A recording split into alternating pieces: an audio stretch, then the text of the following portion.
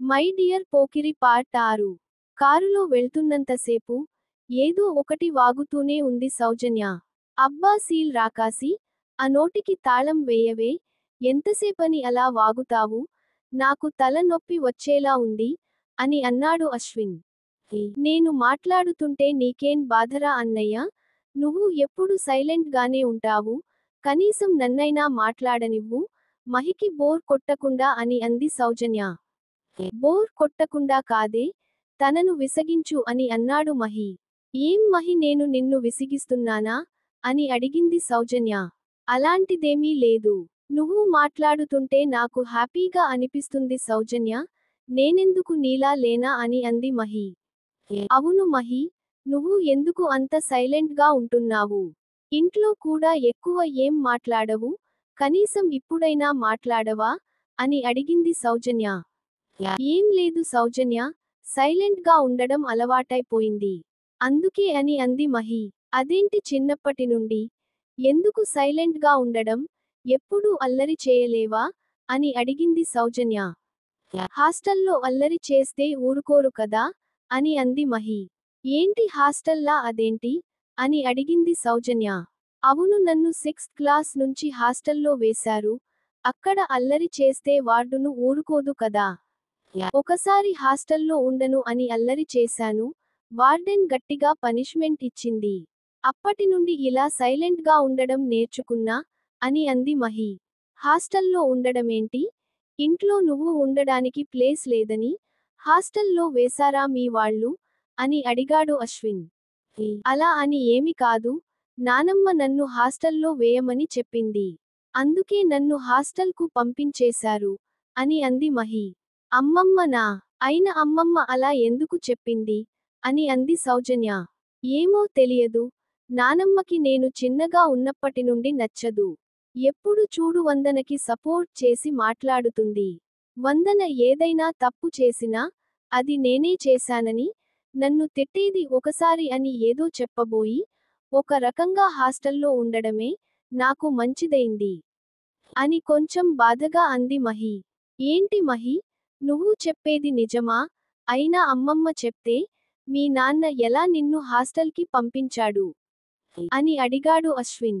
నాకు ఊహ తెలిసినప్పటి నుండి చూస్తున్నాను, నాన్న కానీ పెదనాన్న కానీ నా విషయంలో ఎప్పుడు నానమ్మకి ఎదురు మాట్లాడరు, నా తరఫున ఫస్ట్ టైం మీ అమ్మగారే నానమ్మని ఎదిరించి మాట్లాడారు, ఇప్పుడు కూడా ఈ పార్టీకి వెళ్తున్నాం అంటే దానికి కారణం మీ అమ్మగారు, లేదంటే ఇంట్లోనే ఉండిపోయేదాన్ని అని అంది మహి. అయినా నీ ఫ్రెండ్స్ ఈ రోజే పార్టీ ఎందుకు అడిగారు, 1 మంత్ తర్వాత నీకు శాలరీ వచ్చినప్పుడు అడగొచ్చు కదా అని అంది సౌజన్య. ఎందుకంటే ఈరోజు నా బర్త్డే, నాకు ఊహ తెలిసినప్పటి నుండి ఎప్పుడు నా బర్త్డే జరుపుకోలేదు, వాళ్ళు పరిచయం అయినప్పటి నుండి ప్రతి సంవత్సరం వాళ్ళే నా బర్త్డే సెలబ్రేట్ చేస్తున్నారు అని అంది మహి. ఏంటి ఈ రోజు నీ బర్త్డేనా అని అడిగారు సౌజన్య, అశ్విన్. అవును అని అంది Mahi. Hey happy birthday Mahi అని ఇద్దరూ మిస్ చేసి, ఈ విషయానికి మాకు ముందే చెప్తే నీ బర్త్డే మేం సెలబ్రేషన్ చేసే వాళ్ళం కదా అని అది సౌజన్య. ఇవ్వాళ నా బర్త్డే అని మా అమ్మ నాన్నకు కూడా గుర్తు లేదు, కనీసం విషెస్ కూడా చెప్పలేదు అని బాధపడుతూ చెప్పింది మహి. అదేంటి మహి, కన్న కూతురి బర్త్డేని ఎవరైనా మర్చిపోతారా అని అంది సౌజన్య. ఈ సంవత్సరమే కాదు, ప్రతి సంవత్సరం కూడా నాకు ఈ విషెస్ చెప్పారు, నా బర్త్డే సెలబ్రేషన్స్ చేయరు అంటూ బాధపడింది మహి. నువ్వు బాధపడకు మహి, ఇన్ని రోజులు నీ బర్త్డే ఎలా సెలబ్రేషన్ చేసుకున్నావో మాకు తెలియదు, కానీ ఈరోజు మాత్రం నువ్వు జీవితంలో మర్చిపోకుండా నీ బర్త్డే సెలబ్రేట్ చేస్తాం చూడు అని అంది సౌజన్య. అవును మహి, నువ్వు ఎప్పటికీ మర్చిపోకుండా ఈరోజు నీ బర్త్డే సెలబ్రేషన్స్ మేం చేస్తాం, నువ్వు బాధపడకు అని అన్నాడు అశ్విన్. వద్దండి, నాకు బర్త్డే సెలబ్రేషన్స్ చేసుకోవాలన్న ఇంట్రెస్ట్ ఉండదు, ఏదో మా ఫ్రెండ్స్ బాధపడకూడదు అని ప్రతి ఇయర్ వాళ్ళ కోసం జరుపుకుంటున్నాను, అంతే తప్ప నాకు ఇష్టం ఉండి కాదు అని అంది మహి. అలా అంటే ఎలా మహి, నీ దగ్గర ఉన్న డబ్బులు సరిపోవని ఆలోచిస్తున్నావా? ఈరోజు ఇంత ఖర్చైనా అవి నేనే చూసుకుంటా. ఈరోజు నీ బర్త్డే సెలబ్రేషన్స్ చాలా గ్రాండ్గా చేసుకుందాం అని హ్యాపీ స్మైల్ ఇస్తూ అన్నాడు అశ్విన్. అవున్రా అన్నయ్య. ఇవాళ మహి బర్త్డే సెలబ్రేషన్ చాలా గ్రాండ్గా ఉండాలి అని అంది సౌజన్య. అశ్విన్, సౌజన్య అలా మాట్లాడుతుంటే తనకోసం ఒకరు ఉన్నారన్న నమ్మకం వచ్చింది మహికి. సరే, ఇక్కడ పార్టీ అయిపోయాక మనం తన బర్త్డే సెలబ్రేషన్ గ్రాండ్గా చేసుకుందాం. అక్కడికి అమ్మా నాన్నని కూడా రమ్మని ఫోన్ చేసి చెప్తాను అని అన్నాడు అశ్విన్. వద్దండి. ఏ సెలబ్రేషన్స్ వద్దు. నానమ్మకి తెలిస్తే అమ్మో ఇంకేమైనా ఉందా, పెద్ద గొడవ అవుతుంది. అందుకే ఇలాంటి సెలబ్రేషన్స్ వద్దు అని అంది మహి. నీకు తెలియదు మహి, నువ్వు సైలెంట్ గా కూర్చో, మేం చూసుకుంటామని చెప్పాముగా. నువ్వెందుకు అంత టెన్షన్ పడుతున్నావ్? అక్కడ ఉంది ఎవరు అనుకుంటున్నావు? మా అమ్మ ముందు అమ్మమ్మ నోరు ఏం పని చేయలేదు. ఇందాకే అమ్మమ్మ నోరు ఇలా మోపించిందో చూసావుగా అని అంది సౌజన్య. అయినా మహి కొంచెం భయపడుతూనే ఉంది. ఇంతలో రెస్టారెంట్ వచ్చింది. కార్ ఆపి మీరు లోపలికి వెళ్ళండి, నేను ఫోన్ కాల్ మాట్లాడేసి వస్తాను అని చెప్పి ఎవరికో ఫోన్ చేశాడు అశ్విన్. మహి, సౌజన్య కారు దిగి రెస్టారెంట్ లోపలికి వెళ్తుండగా వాళ్ళకి ఎదురుగా వచ్చి హాయ్ మహి అంటూ హగ్ చేసుకుంది శృతి. సౌజన్యని చూసి ఎవరు తిను అని అడిగింది శృతి.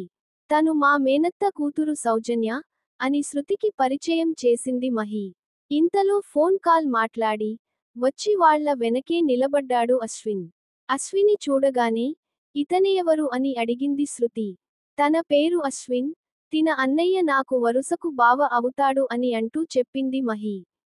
అవునా, ఓకే, మన వాళ్ళందరూ అక్కడ టేబుల్ దగ్గర కూర్చున్నారు. పదండి వెళ్దాం అని అంటూ వాళ్ళని తీసుకెళ్ళింది శృతి. అక్కడికి వెళ్ళగానే అశ్విన్ చూసి ఇతనెవరు అని అడిగారు. మనీషా, వినయ్. తను మా బావ అశ్విన్, తిను వాళ్ళ సిస్టర్ సౌజన్య అని వాళ్ళకి పరిచయం చేసింది మహి. సరే సరే పదండి, తను ఫస్ట్ కేక్ కట్ చేయాలి కదా అంటూ అందరిని తొందర పెట్టాడు వినయ్. ఇంకా టైం ఉంది లేరా, ఇప్పుడు ఎందుకు అంత హడావిడి చేస్తున్నావ్? తను ఇప్పుడే కదా వచ్చింది కాదా అని అంది మనీషా. ఎప్పుడు వస్తే ఏముంది, మళ్ళీ తనకి లేట్ అయితే వాళ్ళ ఇంట్లో వాళ్ళు తిడతారు. బర్త్డే రోజు మన వల్ల తను మాటలు పడడం అవసరమా అని అన్నాడు వినయ్. మీరేం కంగారు పడకండి, తను ఇవాళ ఎటువంటి మాటలు పడదు.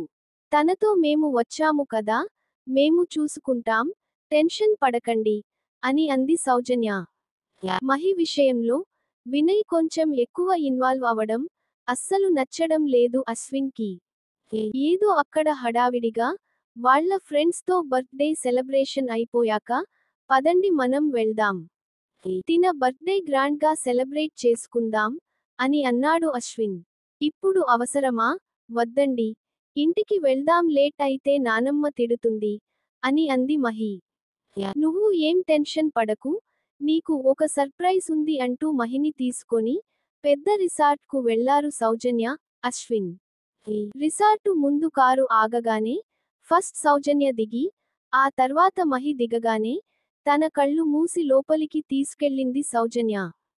ఇంతలో కార్ పార్క్ చేసి లోపలికి వచ్చాడు అశ్విన్. ఏ కోతి, ఎంతసేపు తన కళ్ళు అలా మూస్తావే, ఇక వదులు అని అన్నాడు అశ్విన్.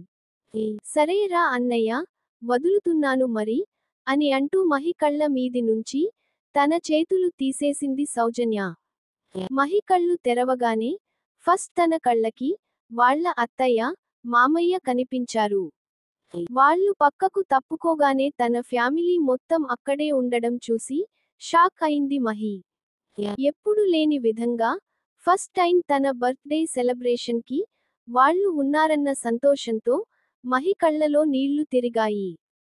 అక్కడ మహి బర్త్డే సెలబ్రేషన్స్ చాలా గ్రాండ్ గా జరుగుతుంటే వందన అలాగే వాళ్ళ నాన్నమ్మ తనని బాధపెట్టాలని చూశారు. ఏంటి నందిని ఇది, మాకు ఇంటి దగ్గర ఏం చెప్పావు, ఇక్కడికి వచ్చి చూస్తే దీని బర్త్డేనా, అందుకోసమేనా అంత హడావిడి చేసి మా అందరిని ఇక్కడికి తీసుకువచ్చావ్? అయినా దీని మొహానికి బర్త్డేలు అవసరమా? ఇప్పుడు ఇది బర్త్డే జరుపకపోతే ఏమన్నా కొంపలు అంటుకుపోతాయా? అని అంది శ్యామల.